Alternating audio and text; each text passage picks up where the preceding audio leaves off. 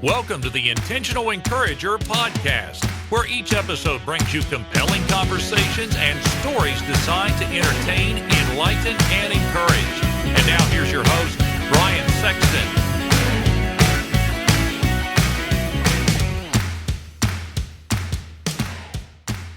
And welcome into the Intentional Encourager podcast. I'm your host, Brian Sexton. Thank you for joining us again today. You ever meet somebody that just grabs your attention? Just when you meet this person, you talk to this person, they grab your attention. This guy right here, from the first time that I talked to him, he grabbed my attention. And that's because he is the negativity Terminator. I love it. I am totally down with that. You can find him on LinkedIn at Dimitry Ortiz, Dimitry Ortiz, Ortiz. But you find him right here, right now, on the Intentional Encourager podcast. Dimitry, what's good, brother? Hey, Brian. It's a lovely day. It's a good day to be alive, and it's a great opportunity to be able to come and talk to you today. Man, that I love that. I got to start here with you. I look at it and the negativity Terminator. What does that mean to you as far as the impact that you want to make on people's lives? Oh, good question. I like it. I like your question. Well, there has been a while now that I recognize that, just like most of us, we have opposition, we have struggles. We are going to be tested in many ways, and that's just part of life. And it's not a sad story, because everything in life happens to you so that we can experience, learn, and grow. So you should always be ready and welcoming whatever cards are played. I mean, in other words, what kind of poker game is this? You know what I mean? So it has to be something. That's not the cards you get, is the way you play them. And that's always going to be the case. I didn't mean to jump in there. I love what you said there, Dimitry, about life is not a sad story. Because here's the thing. If we looked at everything around us, I saw a statistic as we record this podcast. I saw a statistic the other day that now we're at 400,000 COVID deaths in the United States. And if I just looked at that one piece of content, I would say, man, this is a sad story of where we are. But it didn't mention the millions and millions of people that got COVID and recovered, that did make it and did have a story to tell and an experience that you can learn and grow from. I love what you said there. How have you continued to keep yourself telling a positive story? Because if I just took an experience, if I just took that singular experience, I just want to throw my hands in the air, maybe go crawl in the corner in the fetal position. How do you continue to tell that positive story and continue to make that impact? Well, and I think it's not about me, the story that I'm telling. It's pretty much it telling itself. I think that some of us decide to understand things clearly. Some of us decide to not be confused. And because I'm not saying I'm not any better than anyone, except the difference is I know the power of choice. And that's the only difference. There's no other better life. I mean, I had a rough life. Yeah, but you know what? I'm not talking about a sad story. I'm talking about a great story. I'm talking about a story that has content. I mean, I have stories to tell. I mean, just the fact that I have stories to tell. All right. I'm happy enough. Because if I were rich and the money's the only story I'm talking about, it will be a sad story. Some people are so poor, all they have is money. And so, as you can see, it's like, no. It's like, I think that if you look at life as school, the harder school, the one that teaches the best and the most in most every case. So look at the facts, look at the statistics, look at the people that are great. None of them had it easy. So do you think I'm not trying to follow that route? Yes, I am. Yeah. Yes, I am. Dude, I love the what you said there. Some people tell a singular story. Man, that is such a powerful. I got to park there for just a minute because you are 100% on the money with what you just said there. Because a lot of people think that one event defines them or defines their life, or they never bounce back from that one thing that happened to them in life that sucked, that was terrible. And man, you know, your heart breaks for them. But I love what you said about some people only tell a singular story. When the story of Dimitry Ortiz is told, and we're going to get into that story here in just a few minutes. What is one theme, not telling a singular story, but what's the one theme of your story that continues to resonate? A title, you would say? You ask me? Yeah, a title, a theme, anything like that. Perseverance. I think that's a good word. Man, I love that. The power of, I'm writing this down. If you're watching the YouTube video, I'm taking notes as Dimitry is talking. And Dimitry, the thing about it is, you're mentioning the power of perseverance. What does perseverance mean to you, and how has it impacted you? Because I could look, people could say, oh, I've persevered to get a degree, or I've persevered to do that, to get something, right? It's not persevering because, you know, that's what you're supposed to do. It's like they persevere to get something or to have something that somebody else doesn't have. I got the sense there, and correct me if I'm wrong, I get the sense when you said perseverance, that's got a deeper meaning to you than just something that you picked up or something you had. I want you to go a little deeper with perseverance and how you're applying it. Okay, so I guess it would be the understanding of or the ability, better yet, of focusing, understanding how to focus your energy. And perseverance is going to is developed through action, not through thoughts, not through hopes, not through feelings, not through emotions. And those are the last things I want to are the resorts to understand something.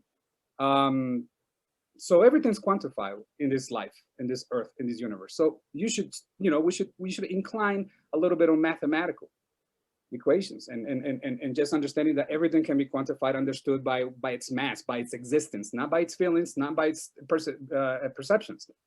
So when you start looking at how what you want, it's literally, I believe that it's just understanding, having a clarity of what you want, and having an intentional practice about it. Because as you know, that's the secret to any developed talent that has excellence.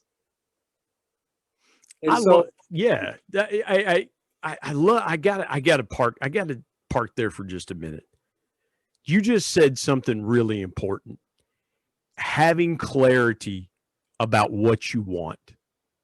I think so many people get caught up, Dimitry, in the pursuit of something that's not attainable, because they look at something and they go, oh, I'd like to have that.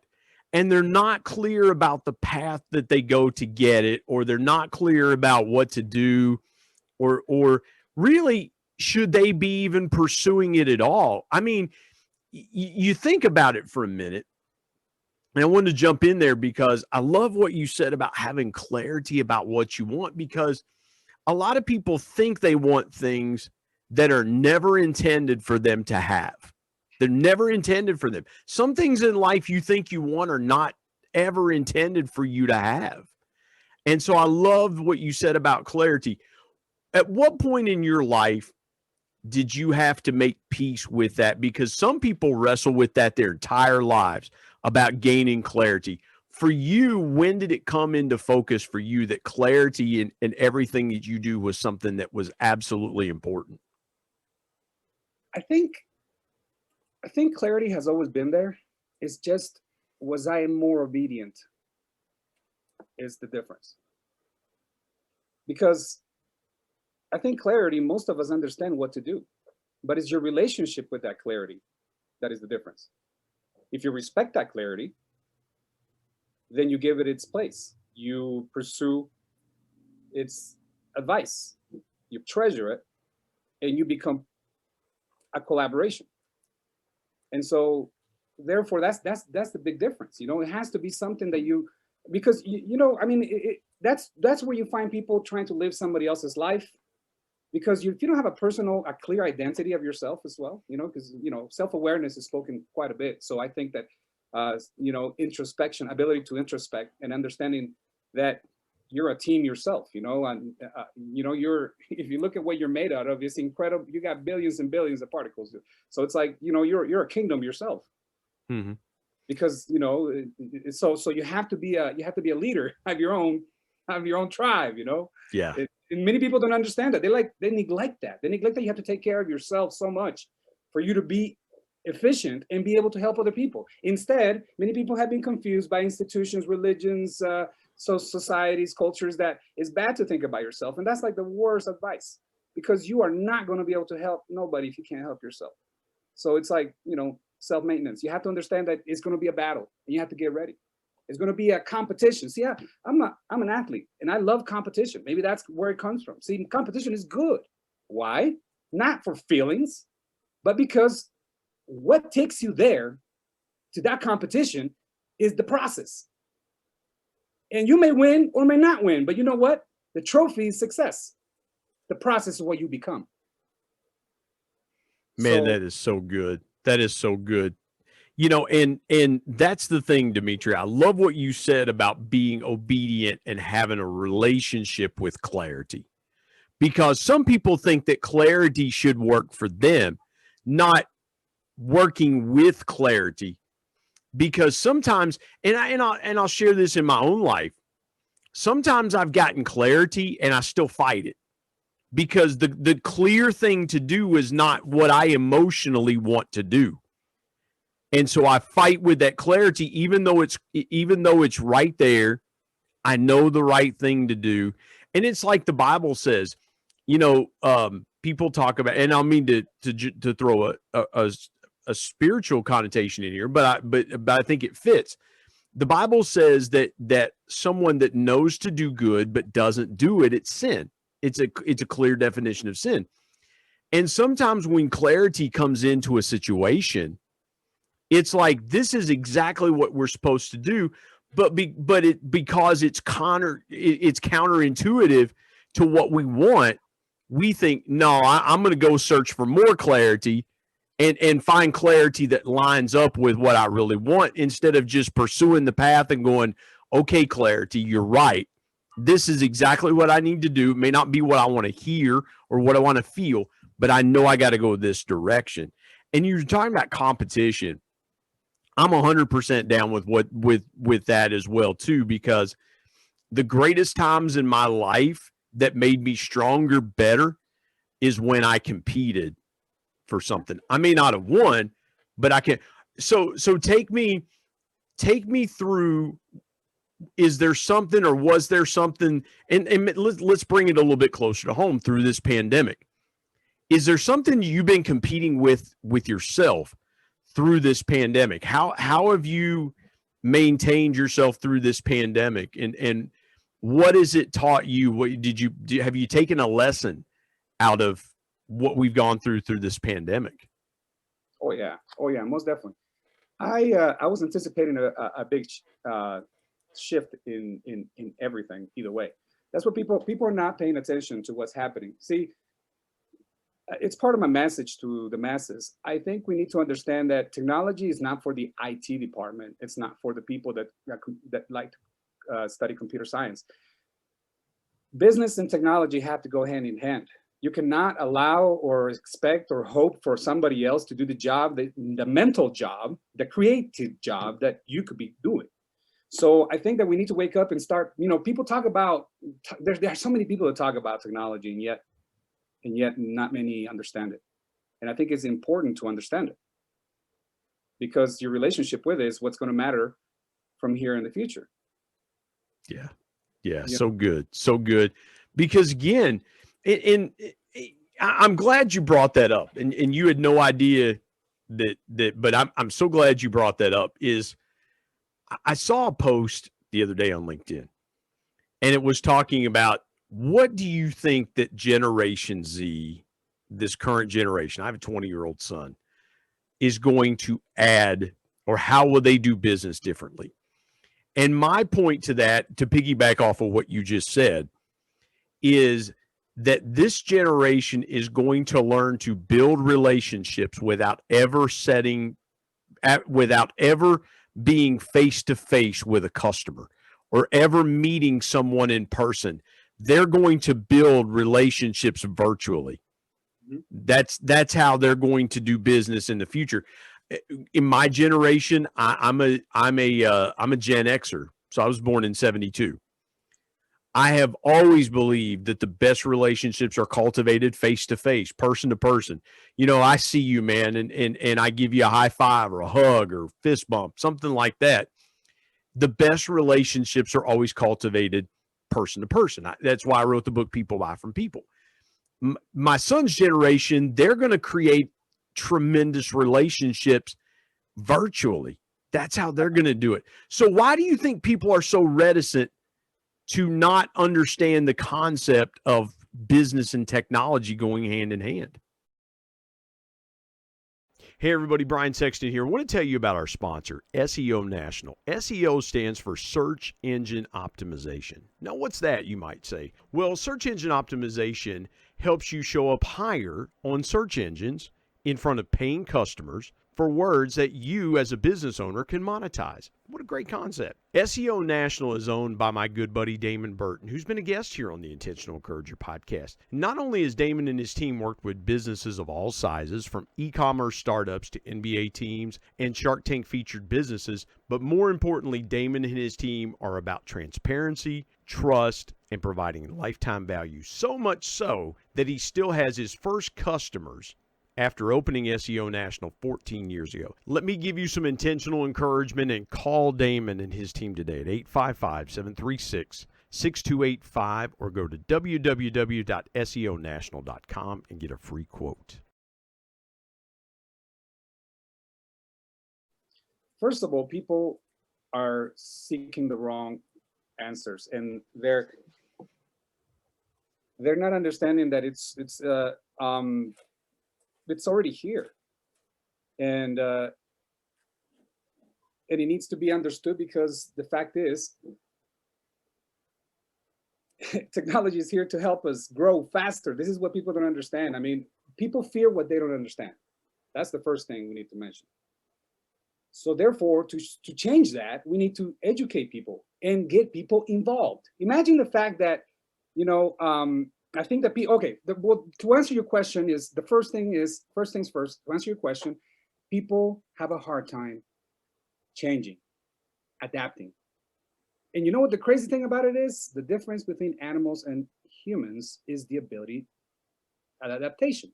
So we're like forfeiting the only difference we have between our friends, the animals. And so to forfeit that endowment that you were created with, it's incredibly wrong. And you need to understand the power that you have for adaptation. So again, we come back to the power of choice, right? We come back with the fact that we should not be feeling, we should be understanding. We should not be talking, we should be learning. We should not be mentioning, we should be participating. We should not be competing, we should be collaborating. So it's like everything's changing. Everything's changing. And so we have to change. And it starts with the fact that change is good. Change, if we didn't have change, more people would be dead right now. More wars would be fought. This is why people are so, people have to look at our history and look what has happened in the world in the past before us. And look at how incredibly blessed we are with the resources that we have. I mean, the genders were so horrible back then. I mean, and the inequalities and the racial tensions. I mean, that's like saying, okay, but if you expect that to be perfect, then you better be perfect yourself. Is what I say. Because if you're expecting perfection, then you better show me it first, because You're expecting something. So if you understand that you're not perfect, then you should understand that the world is not perfect. Now, I'm not saying we have to accept what the status quo is. We should always be fighting, making it better. And that's for sure. but we have to use our brain, not our feelings, not our emotions. We should collaborate, not compete. You know what I mean? Because we are better when we are together. And so we have to understand the power in numbers. And so those are the things that are not. But you know what? The pandemic, going back to pandemic, real quick. I love the fact that the world was able to share something collectively. Now, I think we've talked enough about the what hit us, what hurt us. But let's talk about what it did for us as well. Because it's being ungrateful. Everything that hurts teaches in my life, I've noticed. Because we stop and think as opposed to just react. And I think this 2020 brought so much attention to understanding where we are and what we're doing.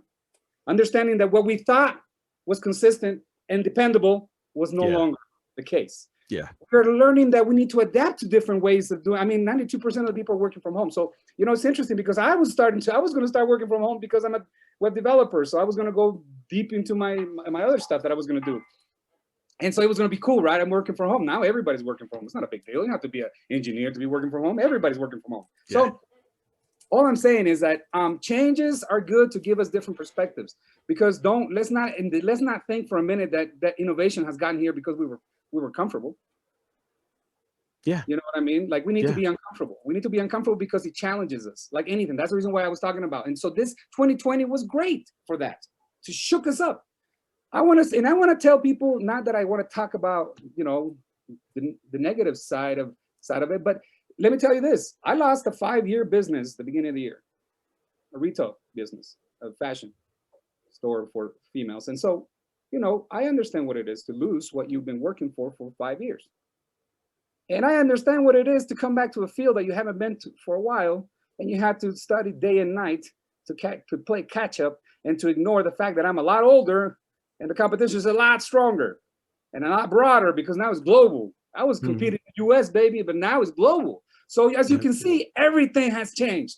Everything has shifted. So understand, that's the way of life. So what do we have to do? Use the ability of adaptation. Use the ability of focus and massive action, because that produces results, and productive results for that matter. Yeah.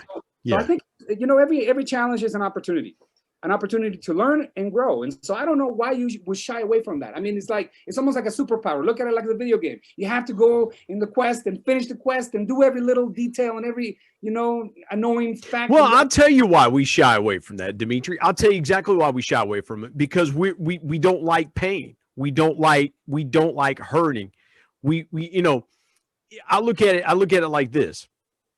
You know, why are retail stores, why are a lot of, you mentioned losing a retail business. Why are retail stores shuttering is because people go, oh man, if I want to shop, I'll just do it right here on my phone. And we want everything to come to us, and we want everything to be right instantaneous right here in front of us. Nobody realizes the blood, sweat, and tears that you put in to build in your brick and mortar business. And nobody realizes the risk that you had to take as an entrepreneur to be able to do what you wanted to do. We want it to come to us. We want it to come to us. Bring it to us. If we got to wait in a drive-through of a fast food place for more than 5 minutes, we lose our minds, except for Chick-fil-A. I don't know what it is, man. People wait for hours to get Chick-fil-A. But that's the point, man. You hit it so beautifully is we don't want to go through anything, right? We don't want to go through something. We don't want to have to go. And I gotta say this a minute, man. I love what you said about favoring collaboration over competition. You and I were talking about Michael Jordan. I'm a huge Michael Jordan fan. Michael Jordan was the greatest basketball player to ever lace them up, ever play the game. But Michael Jordan, I told my 20-year-old son this. We were watching The Last Dance last year. Loved that. I don't know if you saw that documentary, but it was unbelievable. And I told my son this. I said, Michael Jordan didn't start winning until he got some help. Till Scottie Pippen came. Till Bill Wennington came, or till Bill Cartwright came. They traded Charles Oakley and they got Bill Cartwright. Till they got Horace Grant. Till they got John Paxson. Yep. MJ was the great man. MJ was the greatest player on the planet, but he didn't start winning anything until he got some collaboration. The perfect team. Exactly. And then the second time they won 3 straight, they had Dennis Rodman, and they had Steve Kerr, and they had Tony Kukoc, and they had Luke Longley, and they have Will Perdue. Yeah. But again, Michael couldn't do it by himself. And none of us can. Even the greatest competitors need collaboration. And I love what you said there, man. We could go for a while. But I would be remiss if I didn't tell your story, because that's what I wanted to have you come on the podcast for, to tell your story. So, man, the floor is yours. You go back as far as you want to go and bring us from point A to where we are today, man, with Dimitry Ortiz. How much time are we talking here so I can estimate? Let's see here. We got some time. Just go forth and bless the mic, my brother. Nice, appreciate it. So yeah, I like to tell my story because again, not because I want people to know me, but because I want people to have one more reference to look at. That's what I want to become. I want to become a reference, a referral. You know what I mean? Indication, and a sign. I want to become a sign. You know what I mean? Just have the direction. Just be there steady, showing what it can be done. So this is the reason why I tell my story. I love my story because it starts in Guatemala City, Central America. I was living in a country with a civil war, 36-year civil war. The president was committing genocide, completely annihilating the indigenous tribes. We have over 22 dialects actively spoken that are my indigenous in my country. Things that not many people know. And we come from, we live in the heart of the land of the Mayan Empire. So it's like, oh man, if you know about the Mayans, wow, there's so much to talk about there. It's like, we're talking about the most exact one of the most exact calendars in human history. The Mayans lived in the jungle, and yet they had a writing system, complete. They had a mathematical system using the zero at the same time the Greeks were, so it's like, wow, amazing stuff. Astronomers, they understood, it's like I come, and I'm part Mayan, indigenous, and European. I'm mixed. But because I live in Guatemala, I'm from Guatemala, this is my earth. This is my soil. So I definitely put the seed here. You know what I mean? And so it's just beautiful to know that you have, to know how beautiful those traditions and cultures are. And yet we are challenged with many oppositions from corrupt governments and stuff. And so we moved to the US when I was 10 years old. We were fine. I mean, we my mother had been a teacher for 10 years, master's degree, one of the best universities here in Guatemala. I mean, we were fine, but my grandmother married an American. So she gave us the option of moving to the US. My mother went and visited and then decided that we were going to stay. We moved to San Diego, California, Point Loma, if anybody knows where it is. Shout outs to Point Loma. Beautiful place, beautiful beaches, beautiful weather, the best weather in the US, and so it was the first place. On my 10th birthday, I was flying to the LA airport for the first time. It was the first introduction to the US.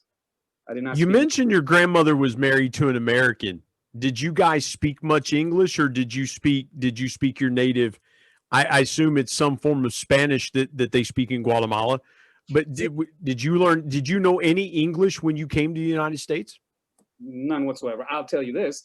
The first day of school, I memorized one sentence, which was, I don't speak English, with a horrible accent, of course. And that was the first thing. They opened the doors. Everybody looked at me. They were doing the Pledge of Allegiance. I just walked in. Everybody just, the needle of the record kind of moved. And the teacher asked, Charlie Brown, wah, wah, wah, wah, wah, wah. And I was like, uh-oh. And so that's the first sentence that came out. So no, I did not know how to speak English. We had never been outside our country. It was the first time I had ever been away from my family, my friends, my culture, my language. And I'm talking about a nice story, because there are other people that, wow, their story is incredibly, wow, it's incredible. Yeah. So, you know, we were privileged to have the opportunity, or invited for that matter, to go through through a legal system. My grandmother, my mother at this point, you know, we're American citizens, naturalized now. So in dual citizenship and whatnot. But so I started in California, and then I moved to northern Utah, where I went to a high school, the only minority in that high school. There were other minorities, but they never showed up. So there were like 2 or 3. And so it was a culture shock, most definitely. And it was different. And I was challenged. And it was a great experience. I could not have written it better. You know, it's like I went to a place where people at first, you know, this is the problem. Sometimes we go somewhere and we're at the defensive. You know, we're like, uh-oh, we're like looking for those negative things. We're looking for those negative, ugly looks. We're expecting it. It's like we're pulling it. It's like I don't know, but you know, I never wanted that. I always came and made my own story. You know, I came in. You moved from the sand to the snow, my man. Oh yeah, oh yeah, oh yeah. I'm telling you, like drastic changes. But yeah, you better believe I learned how to play in the snow. I'm a snowboarder. That's right. Hunter, you know, fishing, outdoors, everything, you know, rock climbing. I mean, you name it, rappelling. But so, you know, it was a beautiful experience, because again, see, I've been challenged since those days. You gotta understand, when you put yourself in a situation like that at a young age, you start learning, hey, life is going to throw you curveballs. You're going to be in a completely different world that you're used to. Well, let me jump in here, Dimitry, because a lot of people think with what's happening politically in our country right now in the United States, that I've heard the term used, we're in the midst of a civil war. You know what real civil war looks like. Oh yeah. Growing up in Guatemala. And I don't think that people in the United States have any concept. You just mentioned the corrupt government and the genocide that was happening. I mean, you have seen civil war up close and personal. And we're talking about it like it's the worst thing in the world, but I don't see people getting dragged in the streets and killed. I don't see that happening and things like that. Man, from what you've overcome, you go from that being a kid, you go to San Diego, and then you go to northern Utah. At what point does everything start to come together for you in your life when you kind of figure out, like, man, this is what I have is pretty cool. Because I see you when you were talking about your experience in Utah. You're like, man, I learned what the outdoors was. I saw snow. I snowboarded. I rappelled. I hunted, fished. It almost sounds like, man, I can't believe that I came from Guatemala to this place and I'm doing all this cool stuff. Yeah. I mean, you know, and many people, a lot of my immigrant friends were not happy because they were like too busy looking at what people thought of them. And I'm like thinking, that's the biggest problem anybody can worry about. You know, the problem is, see, this is the thing, Brian. I discovered a secret that many are confused about. Many believe that we should blend in when we are supposed to be working on standing out, bringing our uniqueness. Every one of us is different for that reason. So we have that privilege of being able to bring something different to this world. Why would you forfeit that opportunity and copycat? Why would you do that and put a mask on when you look good? Yeah. Why would you count horrible stuff when you have so many rich blessings? I mean, Dimitry, I can't figure out why people hide behind avatars on social media. That dumbfounds me. It's like, you know, they get on social media and their Twitter handle is like, look at me 1, 2, 3, instead of just being who they are, putting a real picture up instead of some kind of avatar picture. I have never figured that out. I mean, like, why are you so afraid to be who you are? You're an addition. You're completing the rest. That's it, man. That's it right there. Yes. Why would you do that? I mean, you're taking that away from us, and worst of all, you're taking it away from yourself. And so, you know, it's like that's one thing I recognize. I was different. I like being different. I didn't look at it I looked at it as a rebel with a cause, because I noticed that there was a good cause for me to be myself. And you know what? I was real with people, and people were real with me. I recognized that from the start. I never wanted to be somebody else. in a different place with different conversations. I wanted to be so consistent that everybody, when somebody heard me speaking, that's Dimitry right there. Yeah. So, the brand has never changed. You know what I mean? Like the humble beginnings will never leave me, because this is what makes me. You know what I mean? Like, why would I be afraid of or ashamed of talking about who I am and what I've done? You kidding me? I love my story.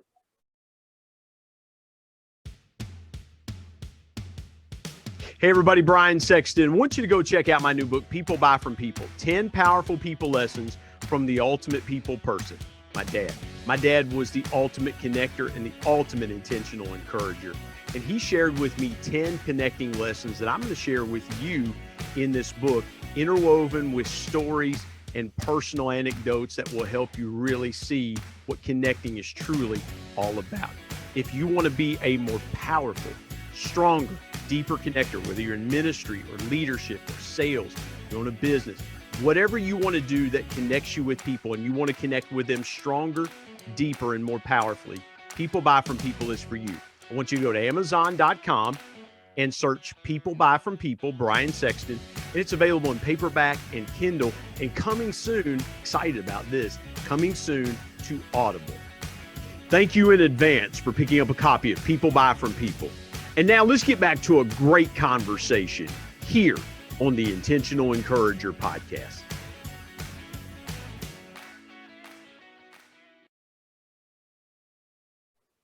You kidding me? I love my life. Yeah. I have life. That is beautiful. That's all I need. Now I got to do something with it. And that's why I'm so excited about life. Because you know what? It's what we were given. We should be. Yeah. Yeah. So you grow up and you go to high school in northern Utah, and what happens after that? Because, obviously, you and I are much older than we were in high school, my man, and you're probably younger than I am. But take me through after high school in northern Utah. Well, interesting shift. Because of Utah, I'm Latter-day Saints, as you know. Utah is mostly populated by the Latter-day Saints, and so. But I was Latter-day Saints since Guatemala, so it wasn't the fact that I went to Utah and that's what happened. I mean, there's a lot of members in Guatemala, so. There was a friend that lived there, and there was that other reason, because when you find community in religion, then obviously it makes it better sometimes. We find common ground, we find common values, and we pull each other forward with our examples and with our presence. So something shifted. They gave me the privilege of serving a mission, a full-time mission.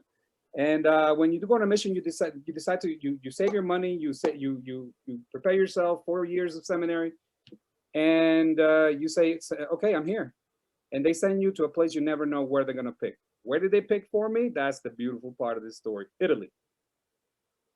So at 19 years old, I was called to serve a full-time mission in the country of Italy. So I went out there and served the full, in many cities. I started in Venice. I mean, whew, you can imagine. I mean, this is my introduction to the country. So I was like, wow. I studied a little bit of Italian before, and my job was to serve, to talk to people, to just be the best I could be out there, because that's a full-time mission. You're serving. You're in service, and so that's where life changed for me, because I realized that there was a great joy in serving. There was a great joy in forgetting about yourself, forgetting about your life. Because I mean, imagine they ask you at the best time in your life. I mean, at 19 years old, when you want to go and just explore the world and do everything and anything, but you hold back and you decide to do something greater and bigger than you. And I was able to go to beautiful northeastern cities of Italy. I was able to absorb the culture, love the people, live with them, talk to them, learn about them, and it was just an experience. So this is my third country having to do. So it was an amazing experience. I learned Italian perfectly, and so I came back. Now this is where the professional journey starts. So I came back from a mission, and I didn't have any idea what I was going to do next. Didn't have a university or anything like that. So my brother-in-law lived in upstate New York, Syracuse, and so he said, "Hey, you should come live with me. I'll get you started in IT." And I was like, "Man, you realize I never had a computer before?" He's like, "Yeah, but you know what? I can show you the ropes." So I trusted him, and I went out there. I started learning. There was an opening within months, and this is the reason why I love telling my story, because this is how it started in IT. I mean, I'm a computer scientist, but this is not how it started. It started with me knowing nothing about computers. Mhm. I didn't own a computer. This was back in '98. Okay, my high school didn't have internet. We didn't have all those things. I mean, so from nothing to something, I decided that I was going to start learning, and within 6 months, I was ready. There was an opening. I went and I closed the deal. I got a job with an interview with the IT director and everyone else there, and I became a network technician. I started doing hardware. I started, which is one of the first introductions you can get into the technical world. I was able to learn about networks, but before that, I had only connected with the wire, 2 towers, and that was the extent of my networking understanding. Imagine that. Yeah. And yet Yeah. I go to a company that's like, I work for within 8 months, the network administrator left. So I took over the whole enterprise, the computer infrastructure. I was working for the biggest freight company in the East Coast at the time. It had 31 terminals over Maine to Atlanta, interconnected to my network in New York. At 22 years old, I was responsible for this whole infrastructure.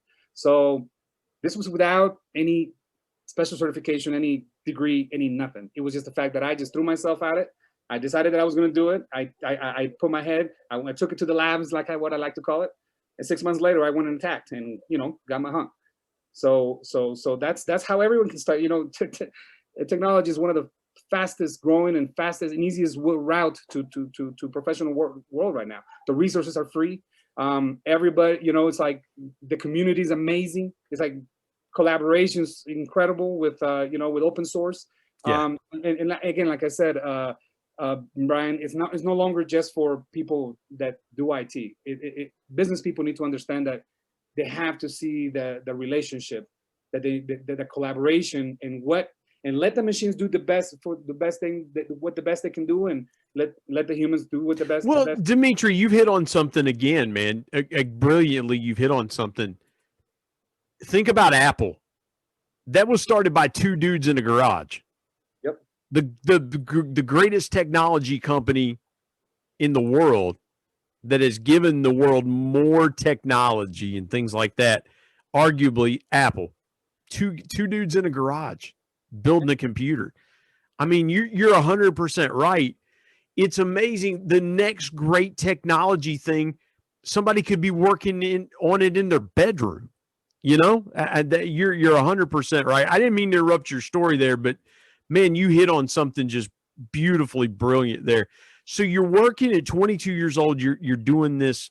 What's next for Dimitri? How long do you stay working in that particular field until the next opportunity comes along? I moved to Houston, Texas, and was taking care of a high voltage power engineering construction company there. I took over the enterprise as well. And then I looked at so many engineers with degrees, I felt weird because I didn't have one. This was 2004, still degrees matter. We weren't too clear about the value of them yet. And so I went back to school and got a degree. It's interesting fact, I went and did bartending and became a server while I was going to university, which is, people call me crazy. And I was like, what? I made a lot of money in the corporate world. Now I'm back here. Who cares? I'm getting my degree. So I just want to tell people, don't ever listen to what people think. I mean, people thought I was weird, crazy. What? And I'm like, yeah, a degree later. Yes. Anything? Yeah. You know what I mean? So yeah. don't ever listen to people don't understand your plan. That's what the reason. It's not that they're mean or they're bad. No. Let's not go there. Let's just say that they don't have clarity, as we were talking about. They don't have clarity over what you have to do. So that's why when you know what you have to do, you know what? Make sure you focus. Make sure you. Man, I was 37 when I went back to school to get my master's degree, and people are like, "Why are you getting it?" And I'm like, "Because the place that I worked offered the program. It was extremely reasonable for me to do it." And I'm like, why not? It's something that nobody can ever take away from me. It's something I'll always have the rest of my life, whether I use it or not. And I paid pennies on the dollar for it, Dimitri. I mean, I'd have been nuts not to do it. So, man, good on you for being weird, dude. I mean, I love weird people, man. I gravitate to them because you don't think like everybody else. Not think like me. Yeah, you think like me. Yeah, and I call it being intentional. Just thinking and doing what you want to do and what you feel like. Man, I got to ask you, and not to short circuit any part of your story, but go ahead, keep telling your story, man, because I've got more questions in the back of my mind here. No problem, no problem. So anyway, so I go back to school. I graduate. Yeah, I have 5 years of solid experience. I have a solid degree. 2008 is the year I graduated. So I came into the field at the middle of the year with the worst economy. So you think that I would have been welcome and I would have been at the top of the world? No, I was shot down. 134 applications the day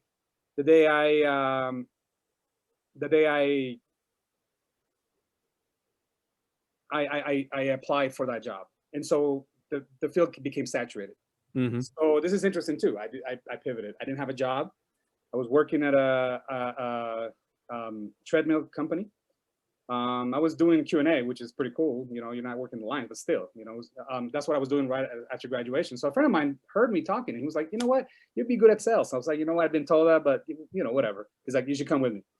Took me out to the streets. We were doing security and home automation at one of the biggest companies out in Utah, and went and just traveled around different states. In 2009, they changed their name, so we were opening marketing and a bunch of other stuff and taking it to the streets, door to door.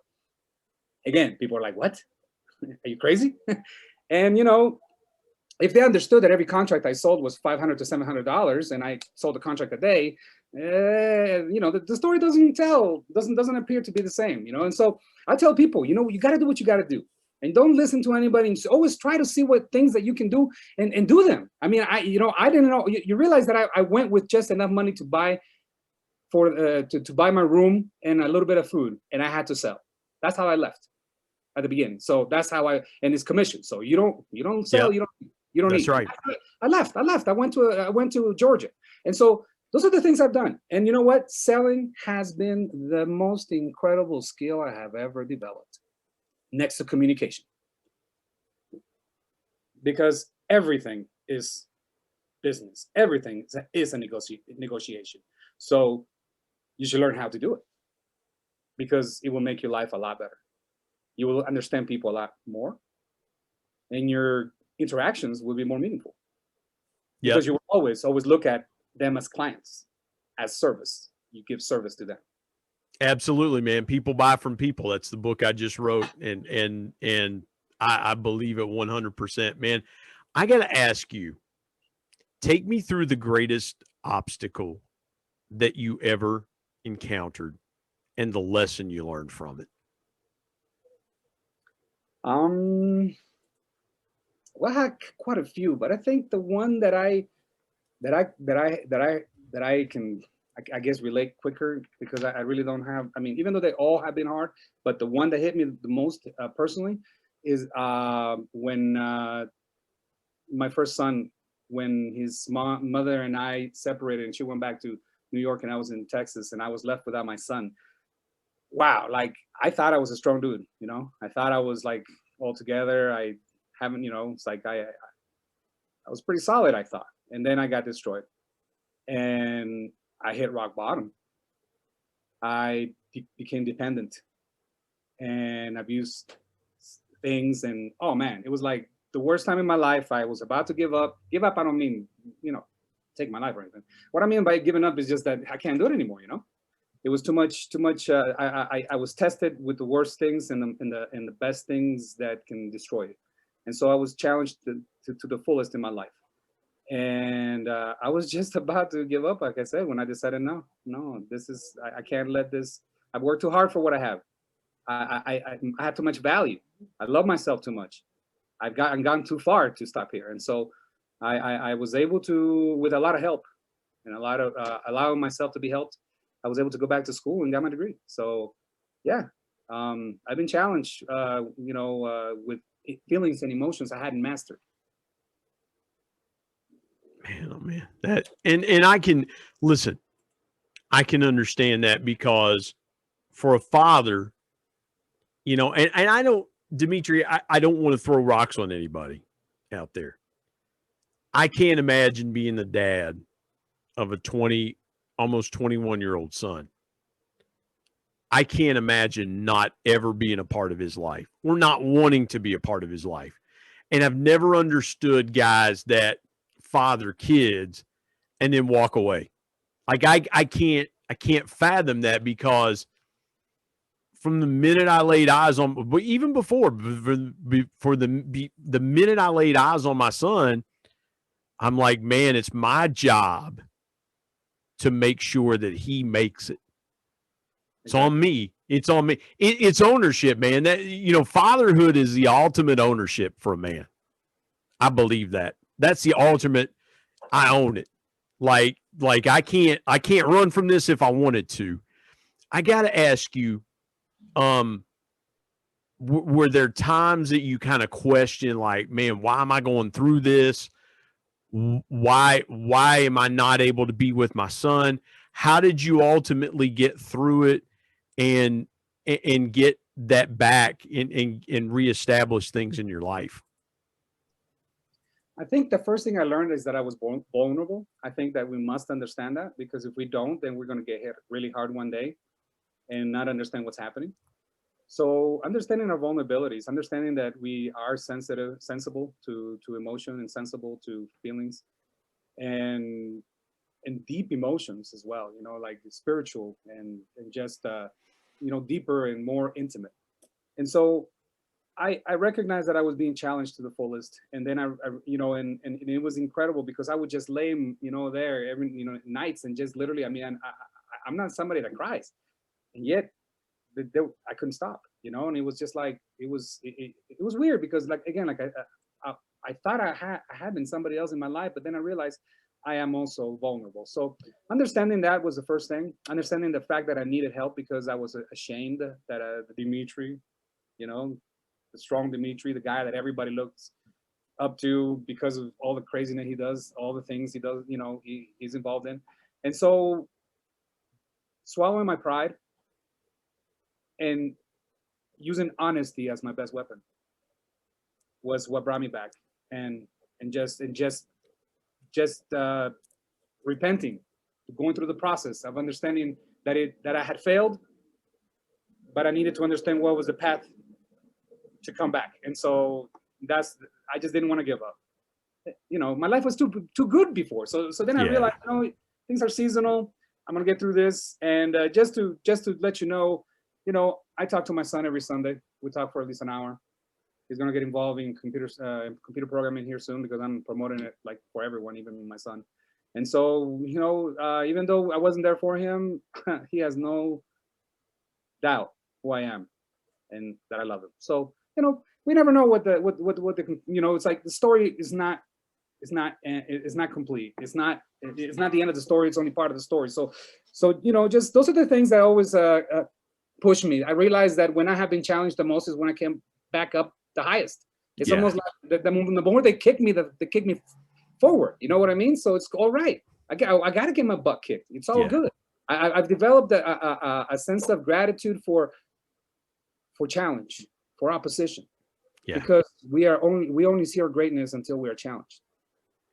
Oh, that's so good, man. Every podcast, as you know, I ask people this question, and I want to end our conversation this way. Leave the audience with your biggest piece of intentional encouragement. We need to understand that we were created to be creators. We were endowed and blessed with many and multiple abilities and talents. We must seek those talents by choosing something and doing it right and doing it well. Let's not ever expect results from something that has not had sacrifice and intentional massive action. So just remember that the great people are the ones that work the hardest. So don't worry about your surroundings and what you can't control, but the thing you can control is yourself and your feelings and your actions. So remember, that's a big power, the power of choice. So choose to be constructive. Choose to be positive. What I mean by positive is not necessarily thinking good, because I mean positive is there's two ways to always look at things. You can look at it the destructive way, or the way it made you feel, or you can look at it as the opposition that gave you the opportunity to learn from it. Yeah. So make sure your perspectives are correct. Make sure your feelings and your intentions for what you want to reach are correct as well. Remember that when you are in the service of others, is when you are going to go farthest. And so just remember that we are here to learn from each other, collaborate, become a collaboration of just wonderful minds coming together. And just real quick, I just want to tell everyone, the world is changing, technology is coming. We need to get involved, not talk about it, but learn about it. Jobs are going to be changed soon. My job is, I work for a robotic process automation company, which is, it focuses on discovering business processes to automate. In other words, we want to get away from that slavery that we've had in the office. Many people do jobs for 20 hours, like constant. So I just want to get people ready to understand that this is not here to replace us. This is here to collaborate with us in the same way we would have collaboration with a human. Now we have collaboration with technology. So it's good that we should all develop that relationship and partnership with technology. Let's get involved. Let's understand it, because otherwise there are only going to be a few of us that are going to be building the future, and that's not good. We need to have more women. Only 20% are in the field. We need more diversity. We need more different perspectives, and we need people to get involved, because this is the future. We need to create our own future, not fear. Don't fear your future. Create it. Man, that's so good. I love what you said there. I was just taking it all in. Dimitry Ortiz, tell people where they can find you, connect with you. Man, I highly encourage you to get connected to this guy. Tell folks where they can connect with you. All right, just LinkedIn. I really don't spend time in other platforms. LinkedIn's the one that has given me my ROI to the fullest, and I just love interacting with everyone there, the professionals. So look me up, my profile there. I am here to help people understand technology, get people involved. If you want to ever get involved in doing programming, I have a lot of free resources. Get involved. There's a lot of help, and I can also help companies automate their business processes. So I'm here to serve everyone, and please connect with me. I would love to hear your story. Man, dude, this has been great. Dimitry Ortiz, I was looking forward to this conversation. I know why now. You totally brought it. Thank you so much for joining me on the Intentional Encourager podcast. I appreciate it, brother. My thanks as always to producer Bryce Sexton and technical advisor Matt Means. And the ultimate thanks goes to the Lord Jesus Christ, who provides intentional encouragement every day through His Word. And until next time, remember, everyone, everywhere, at any time, and any place, can be an intentional